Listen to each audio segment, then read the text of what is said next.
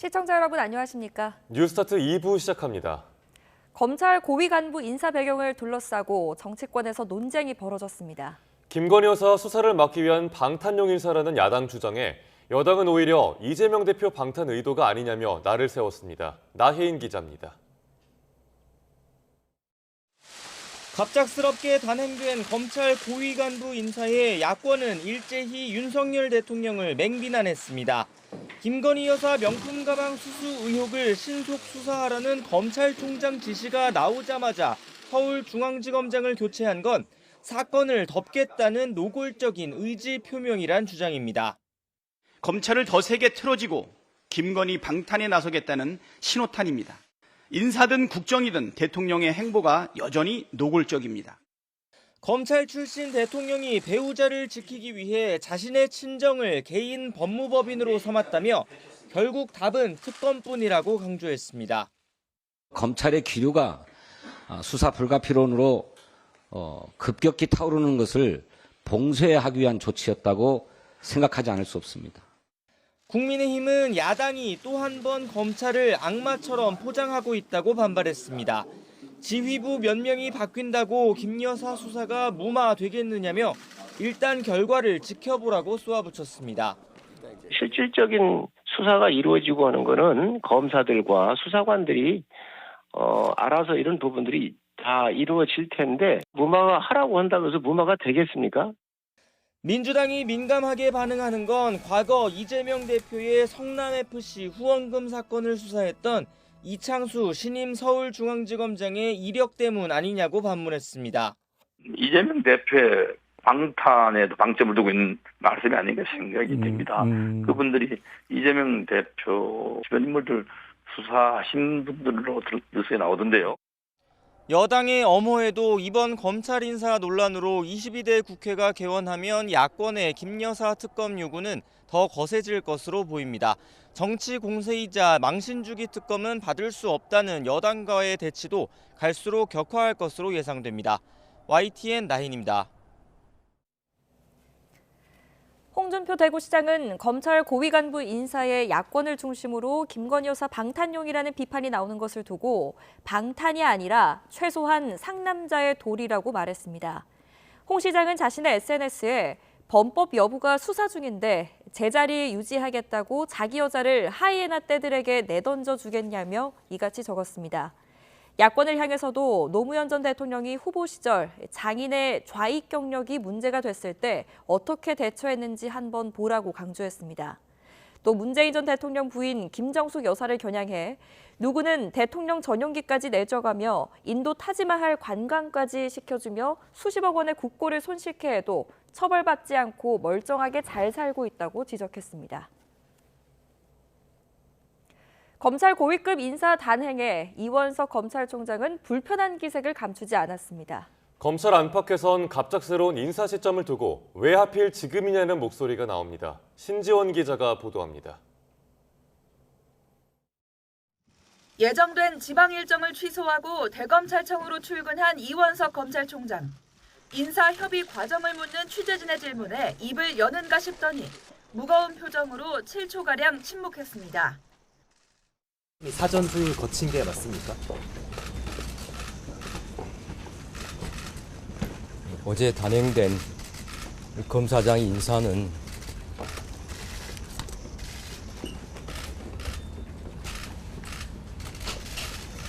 제가 이에 대해서 더 말씀드리지 않겠습니다.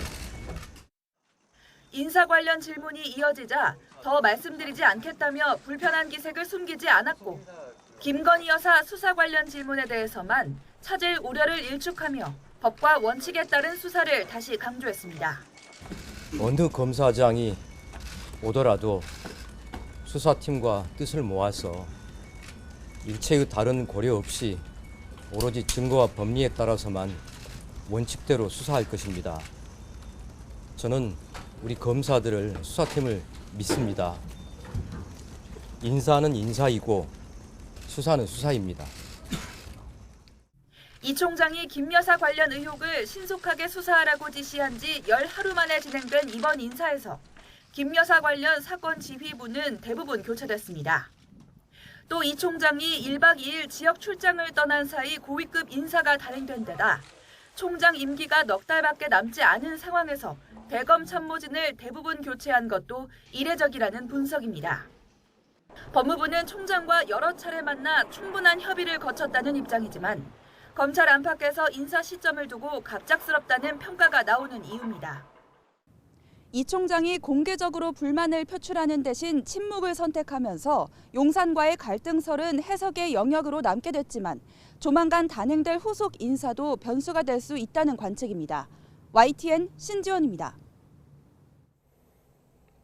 윤석열 대통령은 의료 등 4대 개혁에 대한 의지를 거듭 확인하며 지금 같은 세상에서 개혁은 적을 많이 만드는 일이라고 말했습니다. 윤 대통령은 총선 이후 처음 열린 25번째 민생토론회에서 개혁을 하게 되면 많은 국민에게 이롭지만 누군가는 어떤 기득권을 뺏긴다며 이같이 지적했습니다. 이어 뭔가를 빼앗기는 쪽에서는 정말 정권 퇴진 운동을 하게 되는 것이라며 정말 어떤 개혁을 해나간다는 것이 대단히 어렵다고 강조했습니다. 네, 국민의힘 황우여 비대위원장이 총선 백서에 책임자 명단을 넣자는 일각의 의견에 총선 패배를 개인의 책임으로 몰고 가면 안 된다고 밝혔습니다. 그런데 이 발언이 최근 한동훈 전 위원장의 행보와 맞물려 조기 복귀 가능성을 더 높이는 게 아니냐는 해석이 나왔습니다. 김다연 기자가 보도합니다. 국민의힘 총선 백서를 만들기 위한 세 번째 회의에선 서울 지역 출마자들의 쓴소리가 이어졌습니다. 서울은 5% 내외로 이기고 지는 곳이 가장 많은 지역이라며 이른바 서울 보수 재건이 필요하다고 입을 모았습니다. 저희들이 특정 지역에 대한 패배주의가 깊게 박혀있기 때문에 그 부분에 관해서는 저희가 이제 탈피해야 된다. 이 자리에서 황우여 비대위원장은 총선 패배 책임을 말할 때 주어는 특정인이 아닌 당이 돼야 한다고 강조했습니다. 이를 두고 윤석열 대통령이나 한동훈 전 위원장 등을 특정해 화살을 돌려선 안 된다는 뜻이란 분석이 나왔습니다. 개인의 책임을 추궁하는 식으로 하시지 말고 책임은 당대표가 사퇴한 것으로 정치적 책임은 봉합하자. 이러면 책임이 불분명해지는 것 아니냐는 의문에 알 사람은 알 거고 노골적인 낙인은 없을 거란 취지의 답이 나왔습니다. 직설법을 쓰나 은유법을 쓰나 읽는 사람들은 다 해석할 수 있을 거라고 생각합니다. 이 같은 주요 인사들의 발언은 최근 부쩍 외부 활동을 늘리고 있는 한동훈 전 위원장과 연결됐습니다. 낙인 찍지 말자는 백서 기조가 한 전 위원장의 정치적 부담을 덜어주고 그의 전당대회 출마 길을 더 열어주는 것 아니냐는 겁니다. 한 전 위원장은 최근 전직 비대위, 당직자에 이어 원희룡 전 장관도 만나면서 전당대회 몸풀기란 해석도 나왔는데 물론 총선 참패 책임을 지고 사퇴한 직전 지도부가 곧장 당권 주자로 등판하는 게 과연 올바른 거냐는 비판은 여전히 적지 않습니다. 정치를 몰라서 진 거 아니에요? 한마디로 해서 전략이 없잖아요. 한동훈 전 위원장은 이렇다 할 공식 입장은 내놓지 않고 있지만 시간이 흐를수록 총선 책임론은 희석되고 조기 등판 가능성에 무게가 실리는 건 부인할 수 없는 흐름으로 보입니다. YTN 김다연입니다. 22대 국회 전반기 국회의장을 뽑는 더불어민주당 경선이 양자 대결로 압축된 것을 두고 당내에선 뒷말이 끊이지 않고 있습니다. 유력 후보인 추미애 당선인은 이재명 대표 의중이 작용했다는 분석에 선을 그었지만 적절치 않다는 비판이 중진들 입에서 터져나오고 있습니다. 이준엽 기자입니다. 추미애 대 우원식 양자 대결이 펼쳐지게 된 민주당 국회의장 경선. 앞서 조정식 정성호 후보의 사퇴 배경에 친명 박찬대 원내대표의 설득이 있었다는 소식에 일부 중진들은 비판의 목소리를 높였습니다. 당심이, 명심이 또 이런 정리를 하는 것은 국민들한테 좀 바람직하지 못하다. 그렇기 때문에 우원식 의원이 선전해 주기를 바랍니다. 앞서 박찬대 원내대표 선출에도 역시 명심이 작용했다는 분석에 국회의장 경선에까지 불똥이 튄 모양새인데 당사자인 추미애 당선인은 당심이 곧 명심, 명심은 곧 민심이라며 인위적인 교통정리는 없었다고 일축했습니다. 강요가 있거나 또는 인위적인 교통정리가 있었거나 한 게 아니고요. 우리들 사이에 물 흐르듯이 자연스럽게 형성된 것입니다. 하지만 논란은 사그라들지 않고 있습니다. 무당적 국회의장 경선에 당 지도부가 관여하면 당내 민주주의에 어긋나는 심각한 문제라며 일부 후보 사퇴에는 자괴감마저 들었다는 겁니다. 국회의장을 대한민국 권력 서열 2위를 당대표나 원내대표가 결정한다? 저는 이건 뭔가 좀 잘못된 것 같아요. 범친명으로 분류되는 또 다른 중진 의원 역시 김대중 전 대통령 총재 시절에도 의장이나 원내 총무 선거를 멋대로 좌우하진 못했다며 의장의 권위가 추락할 것이라고 지적했습니다. 국회의장 경선의 명심 교통정리설을 둘러싼 논쟁은 국회의장 중립성 문제와도 맥이 닿아 있습니다. 명심 경쟁 과정에서 국회의장 경선 구도가 결정되고 명심 경쟁이 곧 선명성 경쟁으로 이어지는 현 상황에 대한 우려의 목소리가 커지고 있습니다. YTN 이준엽입니다. 휴가를 쓰고 입원 치료를 받아온 더불어민주당 이재명 대표가 퇴원했습니다. 이 대표 측 관계자는 문자 공지를 통해 이 대표가 오늘까지 휴식을 취한 뒤 내일 당무에 복귀한다며 이같이 밝혔습니다. 앞서 민주당은 이 대표가 미루한 치료를 받기 위해 지난 9일부터 일주일간 휴가를 간다면서 구체적인 병명을 밝힐 수 없지만 치료를 받으면 정상활동이 가능하다고 말했습니다. 검찰이 불법 대북 송금 의혹과 관련해 김성태 전 쌍방울그룹 회장에게 징역 3년 6개월을 구형했습니다. 수원지방법원에서 진행된 결심 공판에서 검찰은 뇌물공여와 정치자금법 위반 등의 혐의로 기소된 김 전 회장에게 징역 3년 6개월을 선고해달라고 재판부에 요청했습니다. 검찰은 김 전 회장이 특혜를 바라고 이화영 전 경기도 평화부지사에게 뇌물과 정치자금을 주고 거액의 자금을 북한에 송금하는 데 가담했다며 범행이 중하다고 질타했습니다. 22대 국회의원 선거에서 당선된 더불어민주당 양문석 당선인의 당내 경선 위법 의혹과 관련해 경찰이 강제 수사에 착수했습니다. 경기 안산 상록경찰서는 공직선거법 위반 혐의를 받는 양 당선인 선거캠프 사무장 A씨의 자택과 사무실, 차량 등을 압수수색해 휴대전화와 PC 등 총선 관련 자료를 확보했습니다. A씨는 지난 3월 당내 경선을 위한 여론조사에서 양 당선인에게 유리한 결과를 내기 위해 위법한 행위를 한 혐의를 받습니다. 이와 별도로 양 당선인의 재산 축소 신고와 편법 대출 의혹에 대해선 경기 남부경찰청과 수원지방검찰청 안산지청에서 각각 수사를 받고 있습니다. 최상병 순직 사건과 관련한 해병대 지휘부의 과실 여부를 수사하는 경찰이 대질 조사를 하기로 했습니다. 경북경찰청은 업무상 과실치사 혐의로 입건된 최상병 소속 여단장과 대대장 등을 오는 19일 동시에 불러 조사하기로 했습니다. 경찰은 수중 수색 작업을 누가 지시했는지 등을 놓고 지휘부의 진술이 엇갈려 사실관계를 정확하게 규명하기 위해 대질 조사를 결정한 것으로 전해졌습니다. 시민단체들이 최상병 특검법에 대한 거부권 행사 의지를 보인 윤석열 대통령을 규탄하고 입법을 촉구했습니다.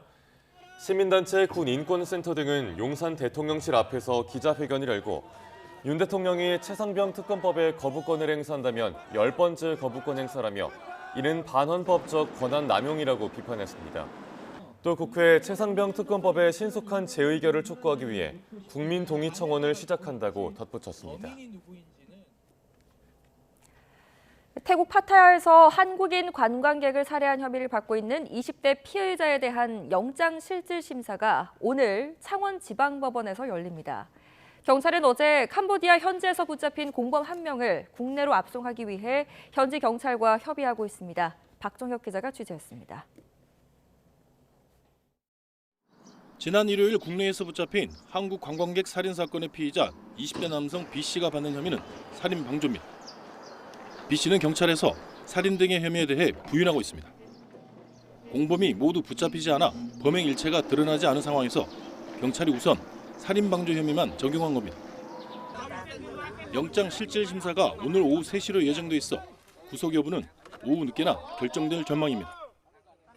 B씨는 지난 9일 국내로 들어왔다가 지난 12일 전북 정읍의 주거지에서 긴급 체포됐습니다. 경찰은 앞으로 수사를 통해 B씨에 추가 적용할 혐의를 확인한다는 계획입니다.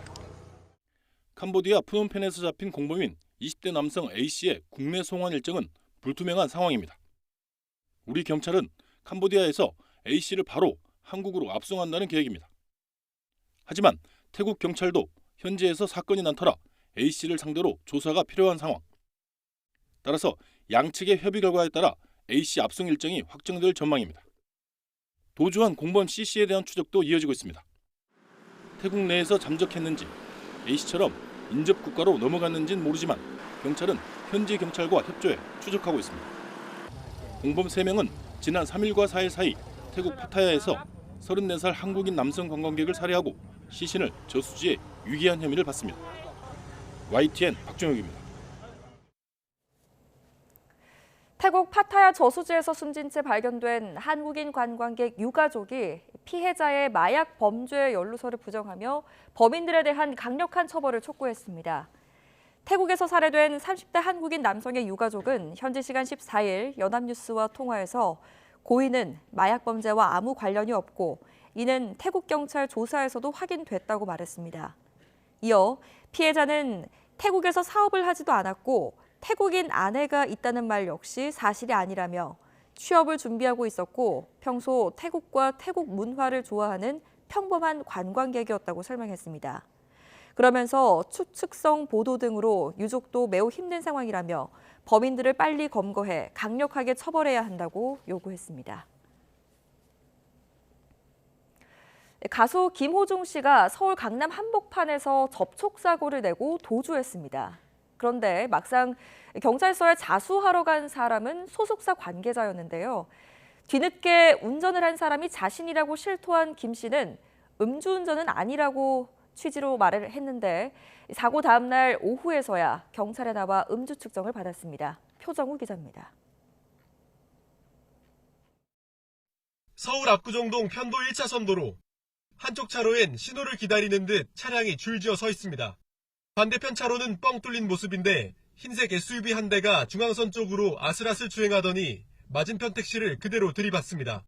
차체가 들썩일 정도로 충격은 컸습니다. 하지만 잠시 머뭇거리던 SUV 차량은 금세 속도를 내 그대로 달아납니다. 사고가 났던 현장입니다. 택시를 들이받은 가해 차량은 이곳에서 우회전한 뒤 골목 사이로 달아났습니다. 택시기사의 신고로 경찰이 출동했지만 이미 자취를 감춘 상태였습니다. 경찰 조사 결과 해당 차량을 몰았던 사람은 다름 아닌 유명 가수 김호중 씨였습니다. 갑자기 꽝 하더니 그 택시를 올라타더라고요. 내려보지도 않고 잠깐 멈추다가 그냥 가버리더라고요. 액셀을 밟고. 문제는 이뿐만이 아닙니다. 사고 이후 김 씨 소속사 관계자는 경찰서를 방문해 자신이 운전하다가 사고를 냈다고 자수했습니다. 그러나 경찰이 차량 소유주가 김 씨라는 걸 파악하고 계속 추궁하자 김 씨는 뒤늦게 자신이 운전했던 사실을 실토했습니다. 김 씨 소속사 측은 사고 당시 당황한 나머지 사후 처리를 제대로 진행하지 못했다며 심려를 끼쳐드려 고개 숙여 사과드린다고 밝혔습니다. 또 경찰서에서 음주 측정도 받았지만 음주는 나오지 않았다고 주장했습니다. 그러나 김 씨가 경찰에 출석해 조사와 함께 음주 측정을 받은 건 사고 다음 날 오후 4시가 넘어서였던 것으로 확인됐습니다. 경찰은 일단 김 씨를 뺑소니 혐의로 입건하고 다른 사람에게 대신 자수하도록 교사한 혐의가 있는지도 들여다보고 있습니다.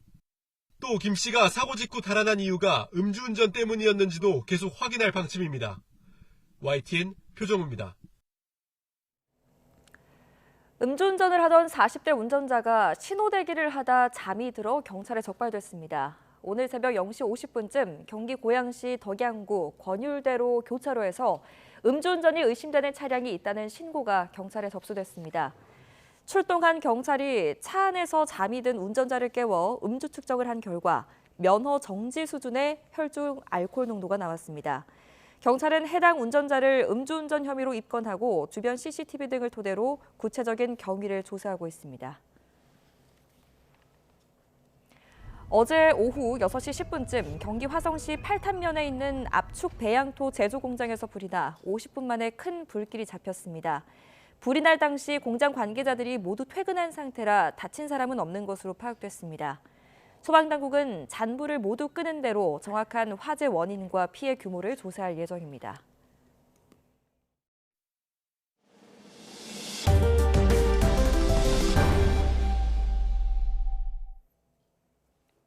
최근 네이버가 라인야후 지분을 매각하느냐가 관심이었는데요. 매각하지 않겠다는 입장을 확정해 정부에 전달한 걸로 확인됐습니다.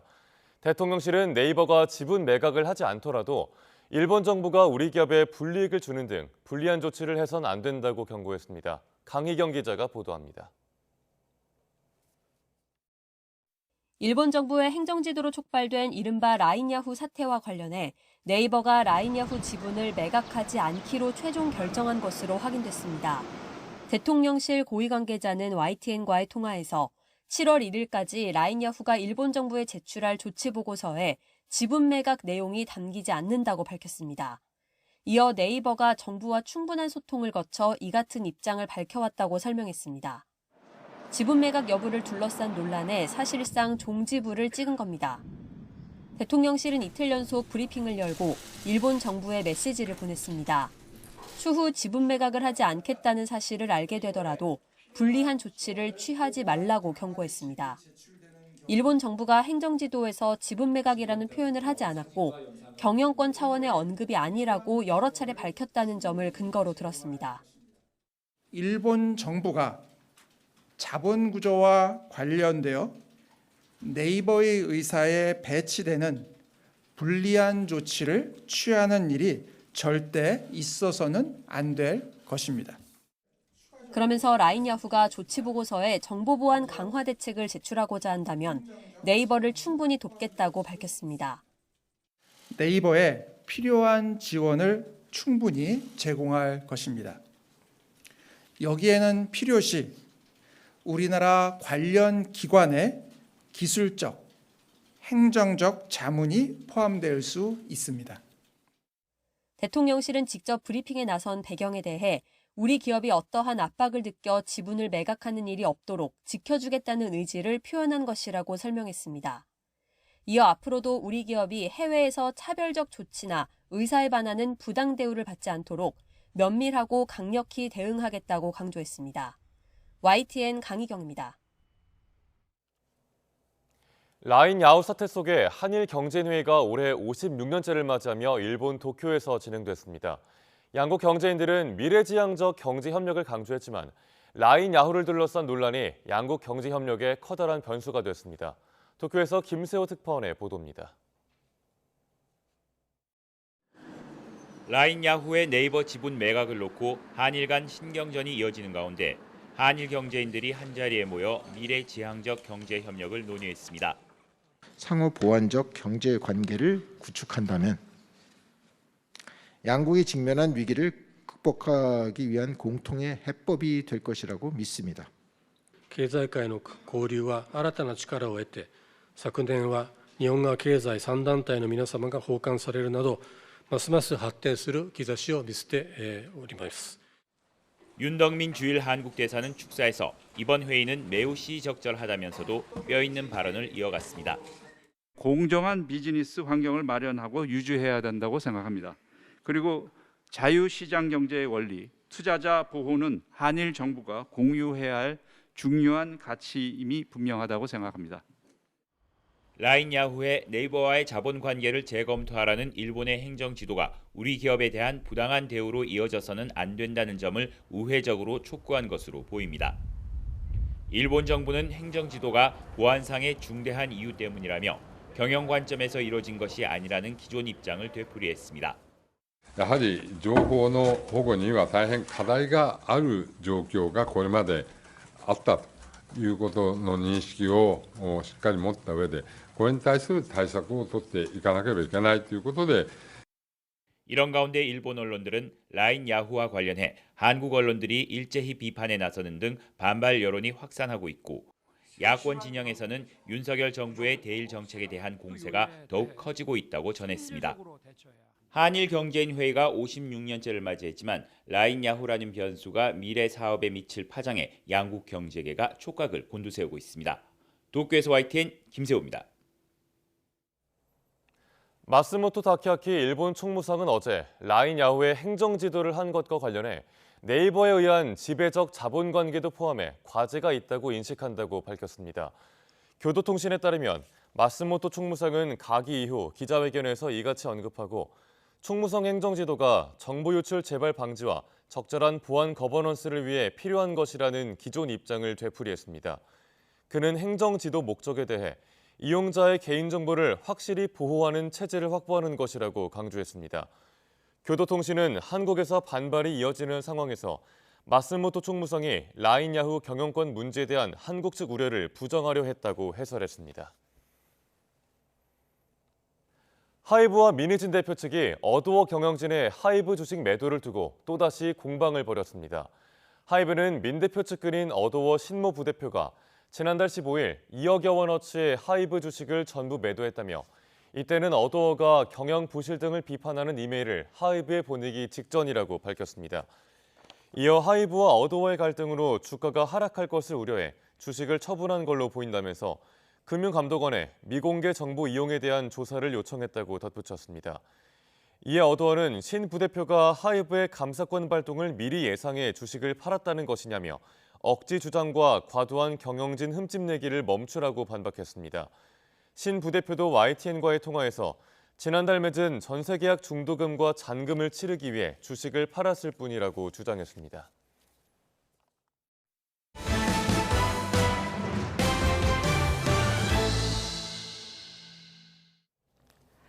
그제 한중 외교장관 회담 이후 양국은 따로 발표문을 냈습니다.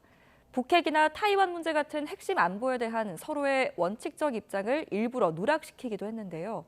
첫 방중 일정을 마친 조태열 장관은 이런 차이점을 확인한 게 이번 회담의 성과였다고 말했습니다. 베이징 강정규 특파원입니다. 첫 방중 일정을 마친 조태열 외교장관. 출국 직전 특파원들과 만나 1박 2일간의 성과를 공유했습니다. 왕이 외교부장과 첫 대면에서 만찬까지 4시간에 걸쳐 한중 관계 전반을 논의했다고 설명했습니다. 고위급 교류나 경제 협력뿐만 아니라 북핵 문제 같은 껄끄러운 사안까지 할 말은 했다는 겁니다. 탈북민들이 강제 북송되지 않고 희망하는 곳으로 갈 수 있도록 중국 측에 각별한 관심과 협조를 요청하였습니다. 그러나 조 장관의 이런 발언은 중국 측이 따로 낸 발표문에선 빠져 있었습니다. 대신 왕이 외교부장이 조 장관에게 요구한 발언을 부각했습니다. 한국이 하나의 중국 원칙을 준수하고 타이완 문제를 신중하게 다루길 바란다는 겁니다. 반대로 우리 외교부 역시 왕 부장의 이런 발언을 발표문에 싣지 않았습니다. 양국의 핵심 이익이 걸린 사안에서 평행선을 그리고 있다는 걸 단적으로 보여준 셈입니다. 조 장관은 미중 전략 경쟁이 본격화되면서 북핵 문제에 대한 중국의 역할은 물론 우리의 기대치도 작아졌다고 말했습니다. 실제 유엔 안보리 상임이사국인 중국의 찬성으로 2017년 한 해에만 대북 제재 결의 4건이 통과됐지만 이젠 의장 성명 하나도 채택하지 못하는 형편입니다. 그러나 조 장관은 서로의 차이를 확인한 게 이번 회담의 성과였다고 말했습니다. 그 바탕 위에 새로운 공통 분모를 찾아 나가겠다는 겁니다. 베이징에서 YTN 강정규입니다. 미국이 중국산 제품에 고율 관세를 부과하면서 한국 반도체 같은 첨단 산업이 혜택을 받았다고 미국 무역대표부가 평가했습니다.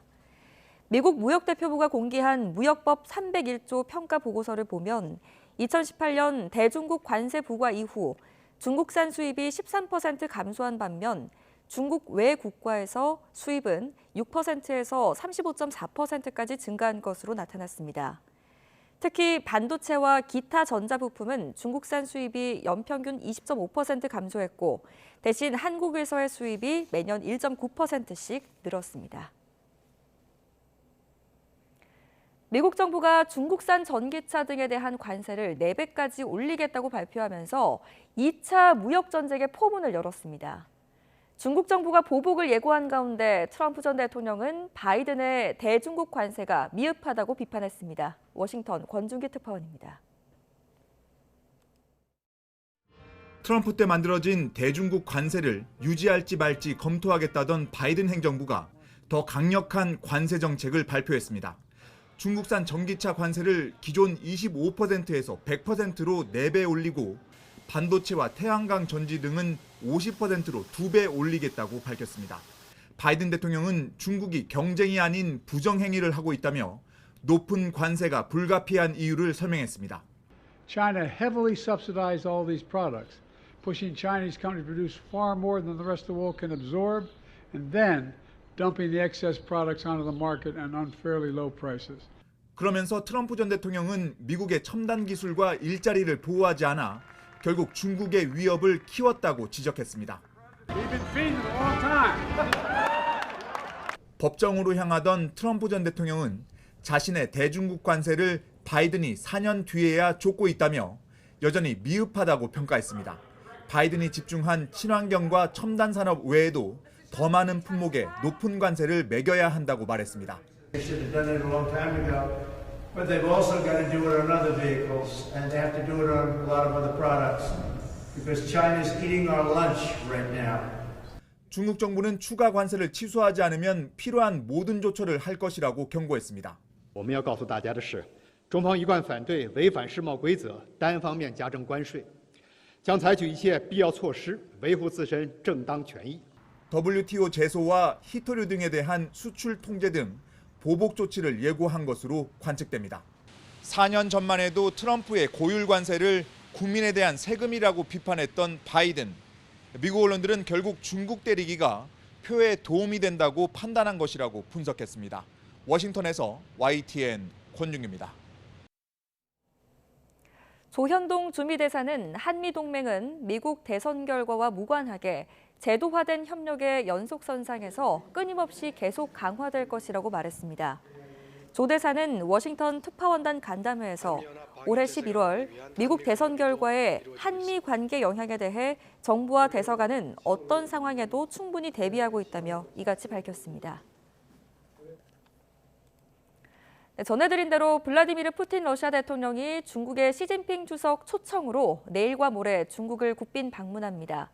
푸틴 대통령의 이번 방중은 5선 성공 후 첫 해외 일정으로 우크라이나 전쟁 이후 더 깊어진 두 나라의 긴밀한 공조를 다시 확인할 것으로 보입니다. 김지영 기자입니다. 지난 7일 취임식과 함께 집권 5기를 시작한 푸틴 러시아 대통령. 첫 해외 방문지로 중국을 택했습니다. 시진핑 중국 국가주석의 초청으로 내일과 모레 이틀 중국 베이징과 하얼빈 등을 국빈 방문할 예정입니다.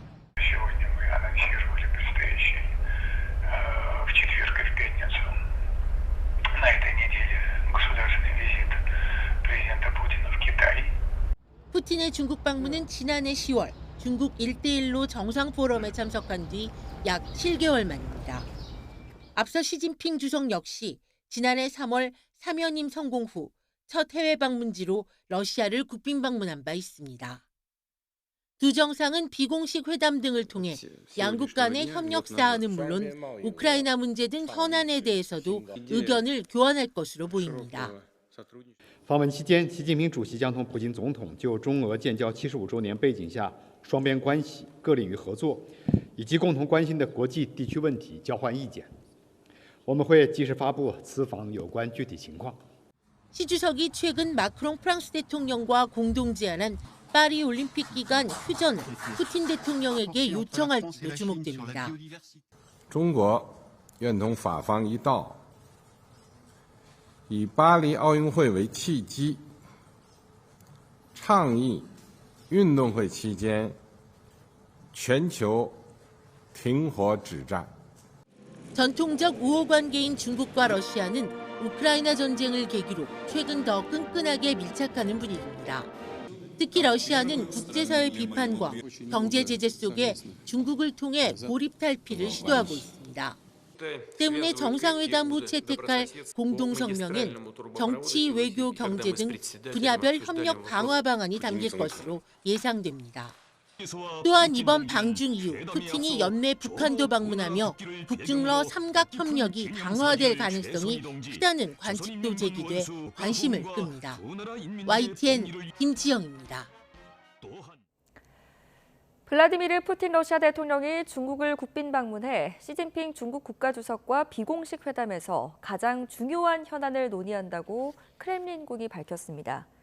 유리 우샤코프 크렘린궁 외교 담당 보좌관은 양국 외교 협력의 가장 중요한 현안은 첫날인 16일 늦은 시각 열리는 비공식 회담에서 다뤄질 가능성이 크다면서 우크라이나 문제가 주로 논의될 것이라고 말했습니다. 최근 강풍과 폭우 피해가 이어진 인도 뭄바이에서 초대형 광고판이 쓰러져 주유소를 덮쳤습니다. 이 사고로 적어도 14명이 숨지고 70여 명이 다친 가운데 막바지 구조 작업이 진행되고 있습니다. 홍주혜 기자입니다. 폭풍우가 몰아치는 가운데 커다란 광고판이 굉음과 함께 속절없이 쓰러집니다.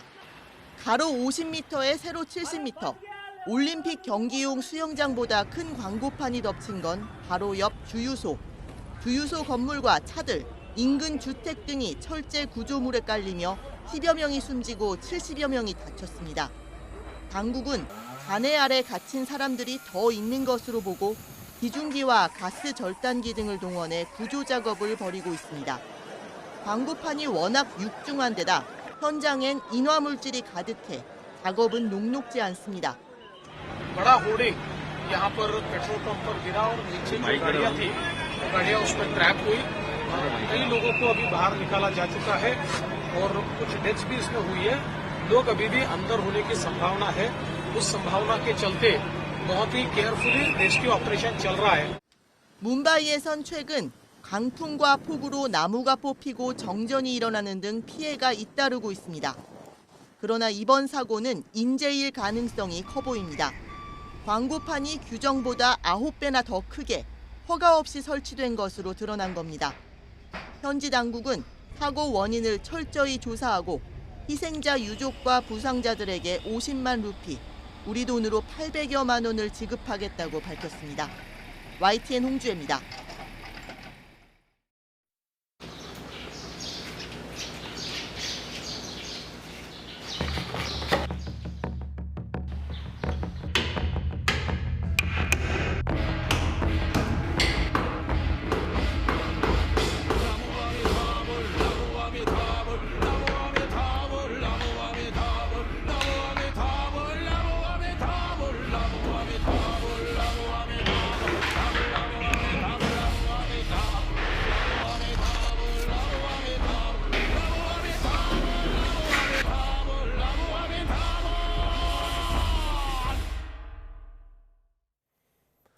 흔히 불교를 생각하면 엄숙하고 경건한 분위기가 먼저 떠오르실 겁니다.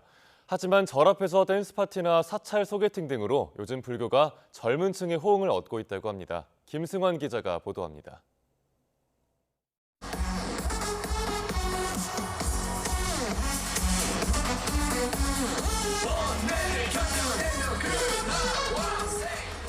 화려한 조명이 무대를 비추고 많은 인파가 환호성과 함께 손을 높이 든 채 공연을 즐깁니다. 음악 페스티벌 같지만 부처님 오신 날을 앞두고 열린 연등놀이입니다.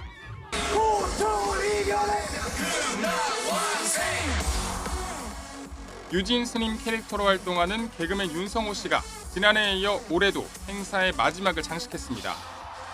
엄숙하고 고유한 기존 이미지를 깬 불교 행사가 잇따라 열리면서 반응도 긍정적입니다.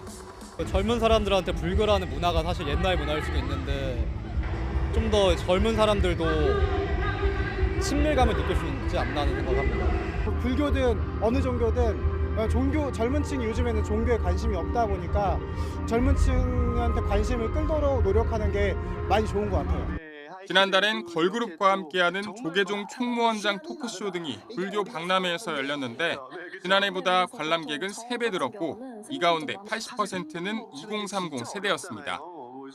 인기 데이팅 프로그램 이름을 패러디한 나는 절로에도 짝찾기에 나선 남녀 20명 모집에 300명이 넘게 몰리며 큰 화제가 됐습니다. 오늘 그러면 지금 몇 커플이 탄생한 거예요? 공식적으로는 4커플이 탄생했다 하는데 내가 봐서는 2커플 정도는 더 해서 한 6커플 정도는 가능이 있지 않을까 생각합니다. 이처럼 불교가 젊은 층 마음 사로잡기에 나선 건 연령대가 낮아질수록 무교 비율이 크게 높아진 데 따른 위기감 때문입니다. 출가자와 신자 수가 급감한 상황에서 젊은 세대 취향에 맞게 불교의 핵심 가치를 전달해 관심을 끌겠다는 전략입니다. 젊은이들에게 마음의 평화를 가꿀 수 있는 가장 좋은 방법을 알려줘야 되겠다. 대중과 거리감을 좁힌 불교가 호기심과 유행을 넘어 MZ세대의 지친 마음을 위로해줄 하나의 대안이 될 수도 있을지 주목됩니다. YTN 김승환입니다. 의료법상 의료행위에 해당하는 눈썹 문신 시술을 한 혐의로 기소된 20대 문신사가 국민참여재판으로 진행된 1심에서 징역형의 집행유예를 선고받았습니다. 비의료인의 문신 시술을 둘러싼 논란 속에 사상 처음으로 열린 국민참여재판 결과인 만큼 그 여파가 상당할 걸로 보입니다. 김근우 기자가 취재했습니다. 눈썹 문신 시술을 한 혐의로 재판에 넘겨진 문신사 24살 권모 씨. 비의료인 문신 시술을 둘러싸고 벌어진 사상 첫 국민참여재판 피고인석에 섰습니다. 재판의 핵심 쟁점은 문신 시술이 의료법상 의료행위에 해당하는지 여부였습니다. 검찰은 의료행위에 해당한다며 권 씨에게 징역 2년과 벌금 200만 원을 선고해달라고 재판부와 배심원단에 요청했습니다. 배심원들의 판단은 유죄였습니다. 2시간 넘는 논의 끝에 7명 중 4명이 권 씨가 공중위생관리법과 보건범죄단속법을 위반했다고 판단했습니다. 문신 시술 과정에서 감염 등으로 사람 생명에 위험이 생길 수 있는 만큼 의료행위로 보는 게 타당하다는 겁니다. 재판부도 배심원단 의견에 따라 권 씨에게 징역 1년에 집행유예 2년, 벌금 100만 원을 선고했습니다. 법원은 그동안 대법원 판례에 따라 문신 시술은 감염 등 보건위생 우려가 있는 만큼 의료법상 의료행위에 해당하는 것으로 보고 비의료인의 시술을 처벌해왔습니다. 하지만 암암리에 이뤄지는 문신을 의료행위로 보지 않는 여론도 만만치 않습니다. 일부 하급심도 눈썹 문신은 의료행위에 해당하지 않는다고 판단하는 등 사회적 혼란이 이어지고 있습니다. 권 씨와 문신사들은 국회에 조속한 관련 입법을 촉구했습니다. 너무 아쉽고 속상하고 제가 조금 더 잘했다면 더 좋았을까라는 아쉬움이 남아서 많이 마음이 별로 좋지 않은데요. 이걸 의료법 안에서 계속 묶어두는 것보다 법으로 규정해서 제도를 하나 만들어서 하는 게 훨씬 더 미래적으로 봤을 때 가치가 높다고 생각합니다. 권 씨 측은 항소심을 통해서도 법리 다툼을 이어갈 계획입니다. 비의료인의 문신 시술을 둘러싸고 소송 여러 건이 진행 중인 가운데 실제 이해 당사자인 국민이 직접 참여해 내린 이번 판결은 다른 재판에도 적지 않은 영향을 미칠 거란 전망이 나옵니다. YTN 김근우입니다. 다른 사람 명의로 해외 유명 화가 그림 수십 점을 숨긴 체납자와 다량의 골드바와 명품 시계를 보유하고도 세금을 내지 않은 사람들이 무더기로 세무당국의 재산 추적 조사에 덜미가 잡혔습니다. 보도에 오인석 기자입니다. 이름만 들으면 알 수 있는 해외 유명 작가의 그림 수십 점이 미술관에 진열돼 있습니다. 이 그림들은 증여세를 내지 않은 체납자가 지인 명의로 몰래 숨겨왔습니다. 국세청이 미술관을 수색해 10억 원 상당의 그림 수십 점을 압류했습니다. 종합소득세를 내지 않은 전직 학원 이사장도 2억 원 상당의 해외 유명 화가 미술품을 감춰오다 강제 징수됐습니다. 국세청 재산추적팀이 9차례에 걸친 잠복 탐문 끝에 체납자의 실거주지를 확인하고 압류에 들어갑니다. 저는 인정할 수가 없어요.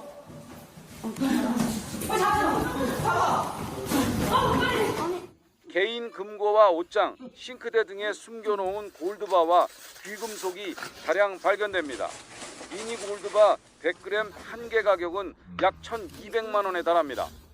화장대 쇼핑백에선 외화와 현금, 명품 시계도 쏟아집니다.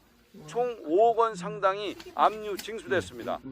부가가치세를 안 낸 체납자가 보유한 가상자산을 세무당국이 처음으로 직접 매각해 수억 원이 강제 징수됐습니다. 다른 상속인과 짜고 상속 지분을 포기하는 대신에 이에 상당하는 금액을 현금으로 받은 체납자는 고발 조치됐고 도박 사이트 수익금을 형과 형수 명의로 고가주택과 상가를 사들이고 체납 발생 전 형수에게 아파트 명의를 이전한 체납자가 적발됐습니다. 신종 투자 상품인 미술품 위탁 렌탈과 음원 수익증권에 투자한 체납자 등 641명이 조사 대상입니다. 고액 복권 당첨금 은닉자, 유튜버, BJ 등 신종 고소득 체납자에 대해 다양한 기획 분석을 실시하였고 탐문, 수색 등 현장 징수 활동을 강화하였습니다. 고액 상습 체납자의 은닉 재산을 끝까지 징수함으로써 조세 정의를 실천해 나가겠습니다. 국세청은 지난해 재산 추적 조사로 현금 징수하거나 채권 확보한 금액이 2조 8천억 원으로 최대 실적으로 올렸다고 밝혔습니다. YTN 오인석입니다. 경기도교육청은 학교폭력과 관련해 부당한 요구를 하고 교사를 압박한 학부모 2명을 경찰에 고발했습니다. 이들 학부모는 지난해 11월쯤 초등학생인 자녀가 학교폭력에 가담해 제재를 받자 올해 1월 학교 졸업식에 찾아와 담임교사에게 아동학대로 신고하겠다는 말 등을 반복한 걸로 조사됐습니다. 이번 고발은 해당 교사의 신고로 열린 학교 교권보호위원회와 도교육청 법률자문 및 교권보호위원회 심의를 거쳐 결정됐습니다. 하지만 해당 학부모들은 학교를 상대로 소송을 내고 담임교사를 아동학대 혐의로 경찰에 신고한 걸로 전해졌습니다. 최근 집에서 키우는 고양이들이 건강 이상 증세를 보이거나 급사한 것과 관련해 시민단체가 송미령 농림축산식품부 장관을 직무유기 혐의로 고발했습니다. 서울 영등포경찰서는 어제 서민민생대책위원회 김순환 사무처장을 고발인 신분으로 불러 조사했습니다.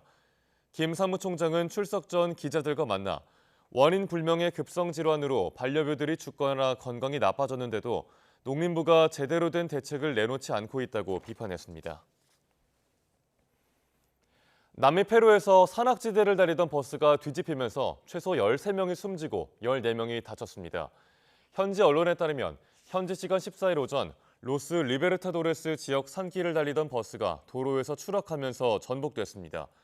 이 사고로 버스 안에 있던 승객과 운전자 등 13명이 사망했다고 페루 구조당국은 밝혔습니다.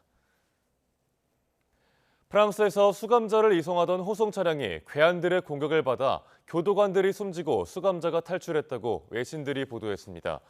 괴한 일당은 현지 시간 14일 오전 11시쯤 프랑스 북서부 루앙에서 에브르로 이송하던 호송 차량을 요금소 부근에서 산탄총으로 공격했습니다. 이 공격으로 적어도 교도관 2명이 숨졌고 2명이 중상을 입었으며 호송되던 수감자 1명이 공격을 틈타 도주했습니다.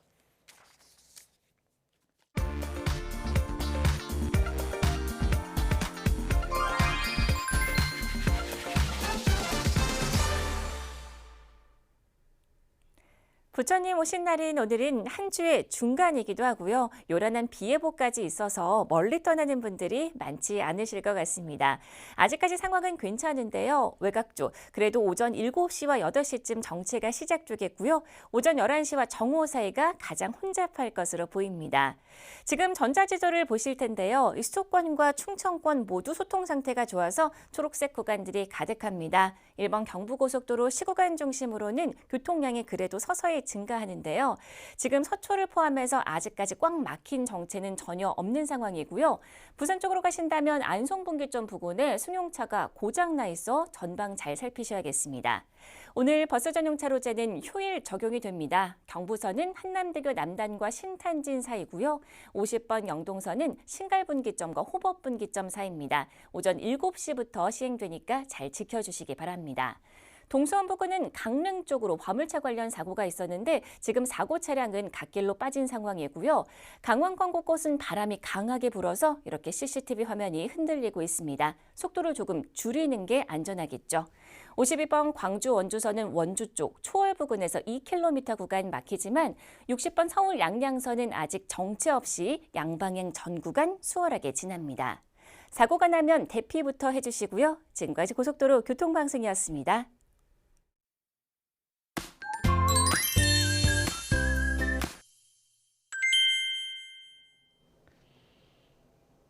공휴일마다 비 소식이 있습니다. 부처님 오신 날인 오늘 전국적으로 돌풍과 벼락을 동반하면서 비가 요란하게 내리겠는데요.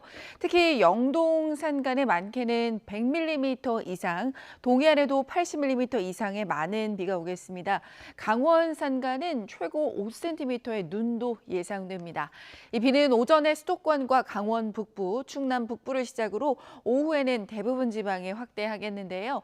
중부와 경북 지방은 싸락 우박이 떨어질 가능성이 있고요.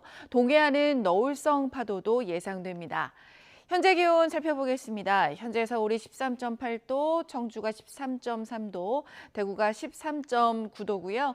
낮 기온은 서울이 18도, 춘천과 강릉이 21도, 청주, 대전 22도, 대구는 27도로 예상됩니다.